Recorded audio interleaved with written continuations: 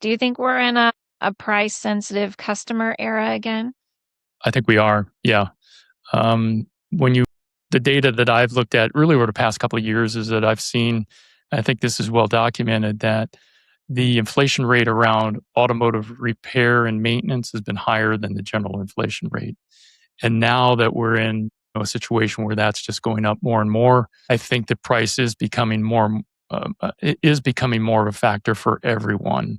It's not, and it's not a situation where one segment of the market has an advantage now over another. I think everyone is experiencing these inflationary impacts, but I do think it creates an opportunity for us to make sure that we're communicating with the customer, with the vehicle owner, exactly about what value they get for their dollar, and recognizing that in most cases, you can always get it done cheaper elsewhere, but can you get the level of value that you get at the dealership? And I think the answer to that is almost invariably the dealership is the best place to get the highest amount of value.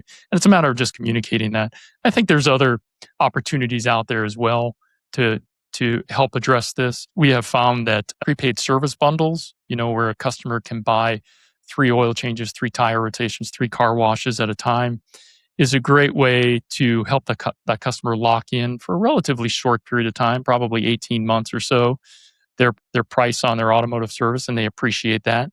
Not to mention the fact that we see from a retention standpoint, just tremendous retention rates around customers who do buy those service bundles. The challenge for the dealership is getting enough penetration into their customer base so they move the needle on retention. And that typically is around 50 to 60%. But it's a great way in which to help customers with price now, as well as make sure that they return, because they've already made the decision to return when they buy the package. It's just a matter of waiting for that to happen. So, but yeah, I think prices will continue to be it is an issue now and will continue to be an issue. It is with me too. That's a great question, Jerry, because I'm price conscious as well, but I also respect value. And if you win me over and the value's there, as long as you don't have to be the cheapest, as long as you're competitive, but and I have that relationship and there's value associated with that, I'm coming back even if it is $10 or $15 an oil change more. I am. I'm not saying everybody's the same, but do you think, Bill, that people think like that? I think so. Yeah. I think, I had a mentor tell me a long time ago, he said,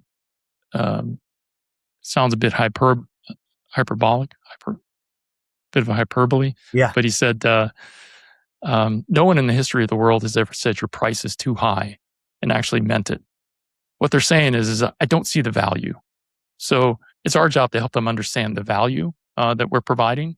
And I think that's a great way to approach our communication with our customers about the value that we provide and being proactive about it, so that question doesn't even come up.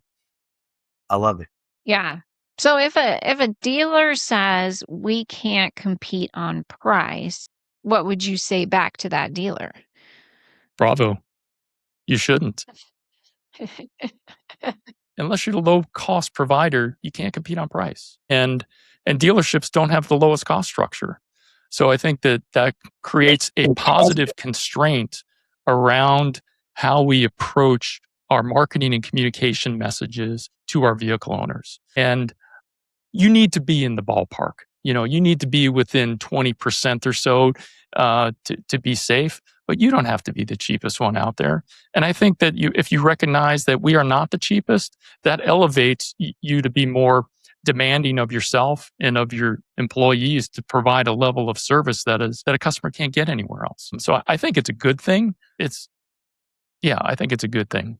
We have this mystery shopping thing that one of the things we do for our dealers, and I'm in my own experience, I'm a little leery when everybody else is more than you on every service. Okay. Mm-hmm.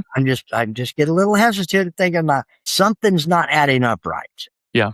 Because you're going to have to make it up then on upsells and that type of thing. Yeah. Or there's something in the disclaimer you didn't see.